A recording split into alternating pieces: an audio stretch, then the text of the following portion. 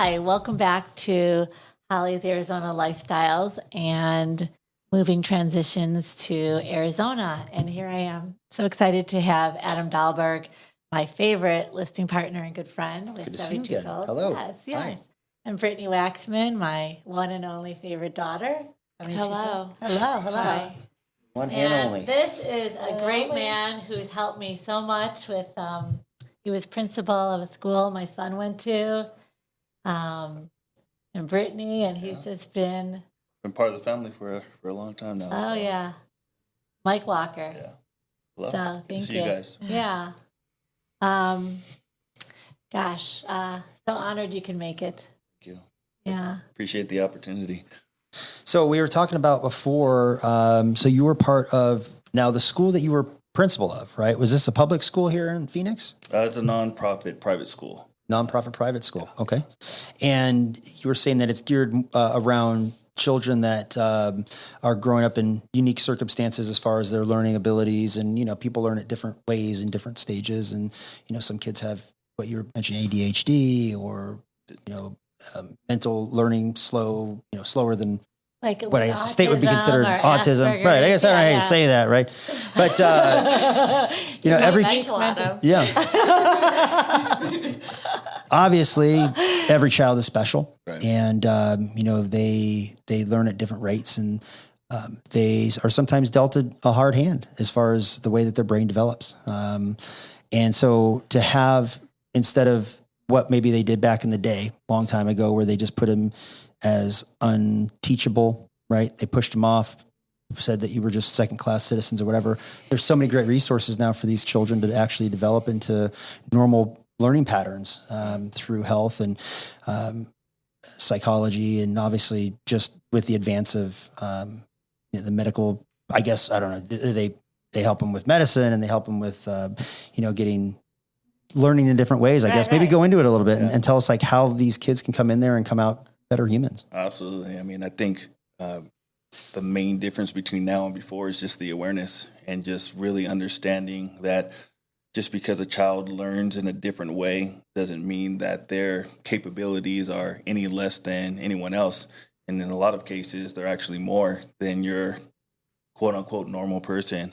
Because anytime you have a challenge with learning in a certain area, that's overcompensated with an unbelievable skill. And so I've had the privilege of being able to work with a lot of kids that think outside of the box, have an unbelievable amount of creativity, go about things in a different way. But I've learned to appreciate and just really kind of hold on a pedestal those kids that don't, I guess, fit in your traditional learning environment. So what the school was capable of doing was making smaller class ratios. I mean, it was anywhere between 8 to 12 students. That way the teachers can really get to know the kids can get to know each other, and they're able to be grouped in circumstances where everybody in their class is at the same level. So instead of being put into a class of 30 kids that all learn at different paces and different levels, everybody is kind of starting at that same spot. So, which is a real gift to the teachers because they're able to meet them where they are and really kind of take them to the next level. So, yeah, wonderful. And so the school, it's in Phoenix, right?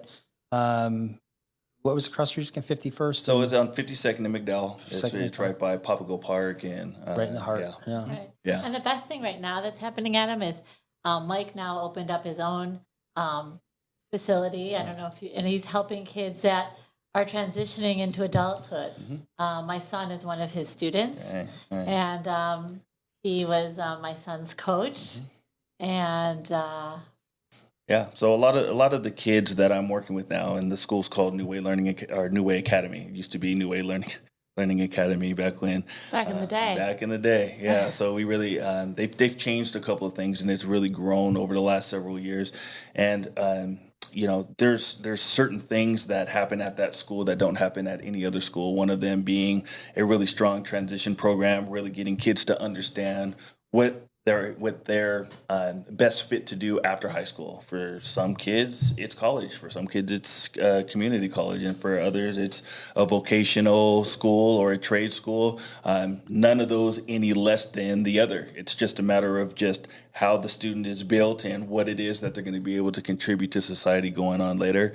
And so that's one of the parts of the school that I was able to help grow, but also learn to appreciate to the max. And so what I wanted to do after being at the school for 18 years as a teacher and a principal and a coach, really kind of extract all the things that I loved about that job and kind of do it for myself. And so I opened up a personal growth program working with teens and young adults, helping them in several different areas. The TEAMS is an acronym for transition skills, education skills, athletic mindset, motivation, with goal setting, and then also the social aspect. And so it's social coaching, just the basic etiquette, man, just getting back to being kind to other people, having your own voice, developing healthy relationships, internet safety, things of that nature. And so I really kind of customize each of the programs. Each of the students are given a different plan, and it's all based on what their needs are. I ultimately touch on all of those things,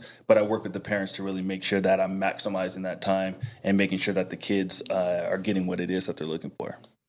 So important. I mean, what you are doing is hitting absolutely what's missing out of public education. In my opinion, I have a 12-year-old son, and looking at what's available publicly versus a private school, they're not that much different. In my opinion, the school that he goes to out in Gilbert, it's a private school just because there's a Christian tie to that. And that's what our family decided we want to do. But at the same time, the curriculum is usually the same.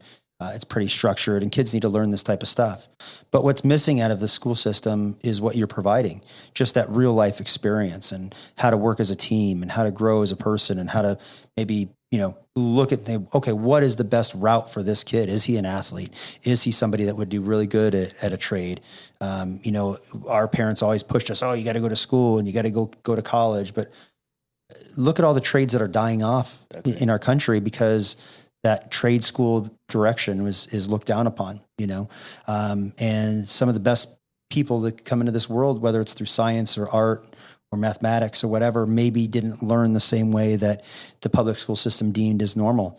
And for you to go through that first process and as your principal with those kids and then develop into mentorship later in life is just something that's really, really missing in this country. And what a blessing if somebody's thinking about moving to Arizona and maybe they have a child that just needs some help and direction and guidance, or, maybe it's a broken family. They don't have that male influence in their life.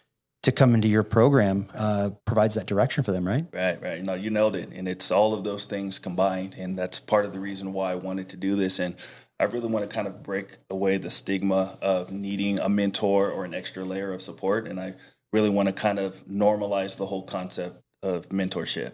I don't want it to just be about me and my program. I want to be able to educate other mentors to be able to open up programs like this. And so that way the kids are really getting what they need, because let's be straight about it. After the pandemic, man, a lot of the kids really struggled in a lot of different areas. And one of those is being able to communicate, build community, have initiative, be motivated to do all these different types of things. And it's still in them. It's still in them. So it's just a matter of just how do you get that out? How do you build up their confidence? How do you give them circumstances and situations to be able to interact with other kids and other adults, be professional, be kind, do everything that you need to do in order to be successful in life? And I mean, you hit the nail on the head, man. It's much different than when we were growing up. And it's just like the only measure of success is going to a university.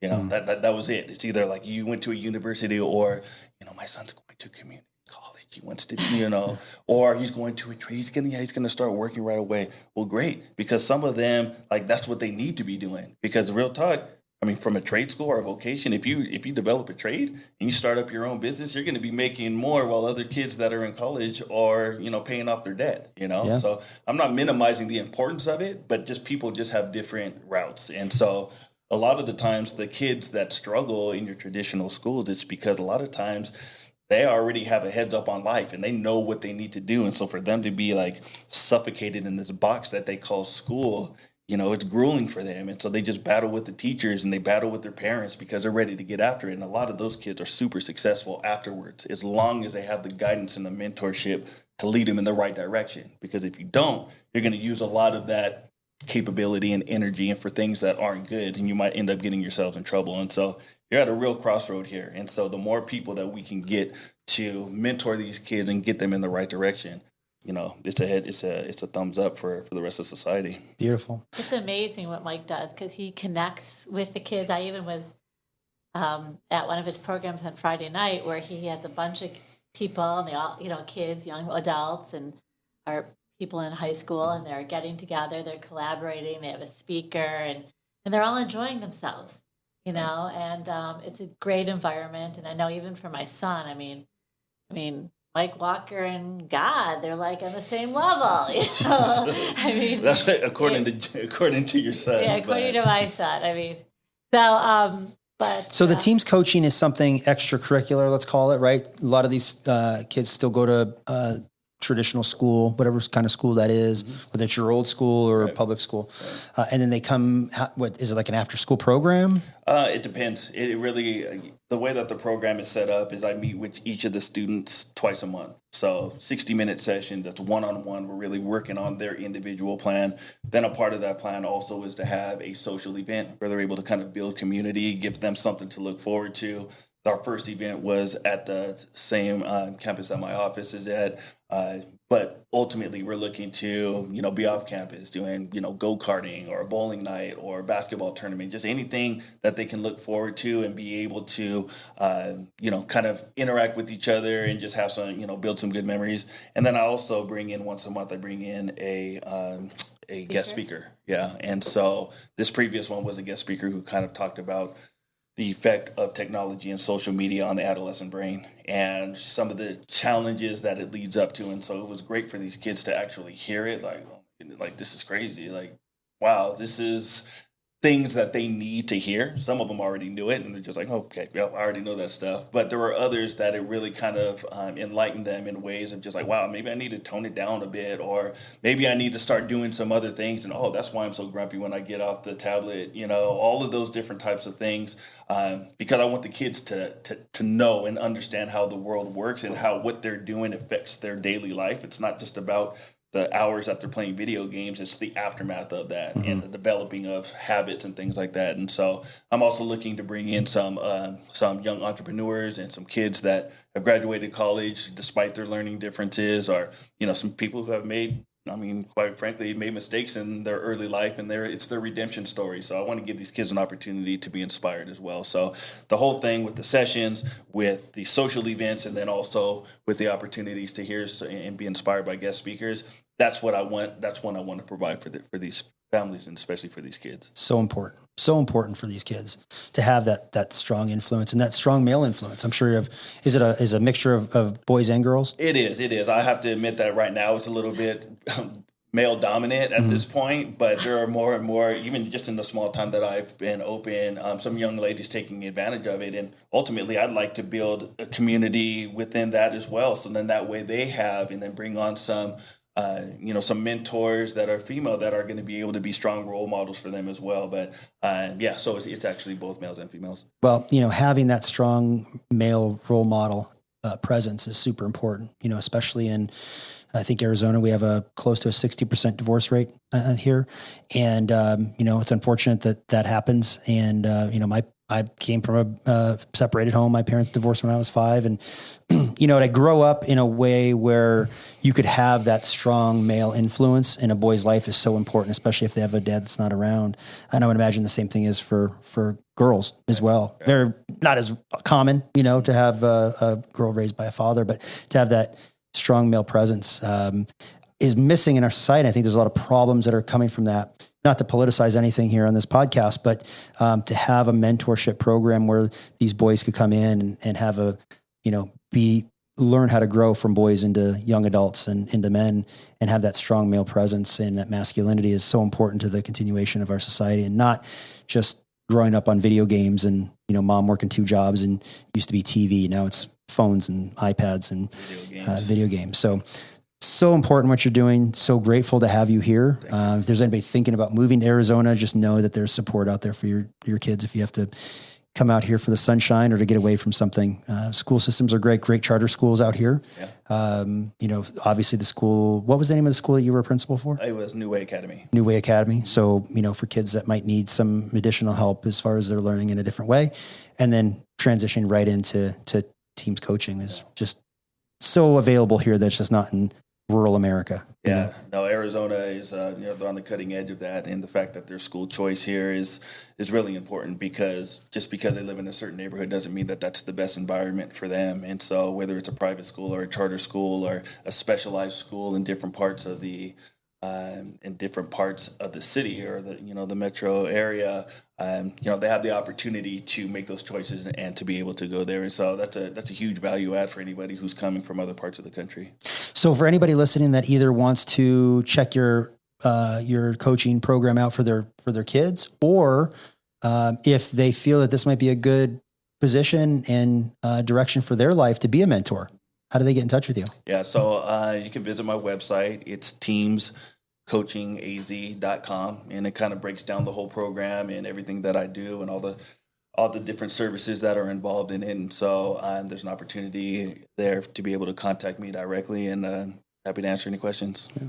And then the other thing, which is great, also when I was having my kids go through it, there's all sorts of different public funding that even though your kid can go to a private school, there's tax dollars, there's all sorts of different ways that's not hard to do, that the different facilities will help you get those dollars, which is different than any other city that I know of, for your kid, for you to be able to do the best for your child, and you have the state help facilitate that. Sure. Yeah, there's the empowerment scholarship that allows you to utilize those funds to be able to finance, a private school or any homeschooling ventures that you might have. And then there's a lot of tax credit dollars that can go towards that as well. And so there's a lot of options. There's a lot of, different avenues that you can take to be able to get the education that you're looking for. Yeah. Once again, thank you so much for joining us. And if you have any questions, please reach out to Holly Waxman or Britney Waxman or Adam Dahlberg at 602-388-0319. And we'll see you next episode. Nice Have a to great meet you. day. Thank you. Bye for now.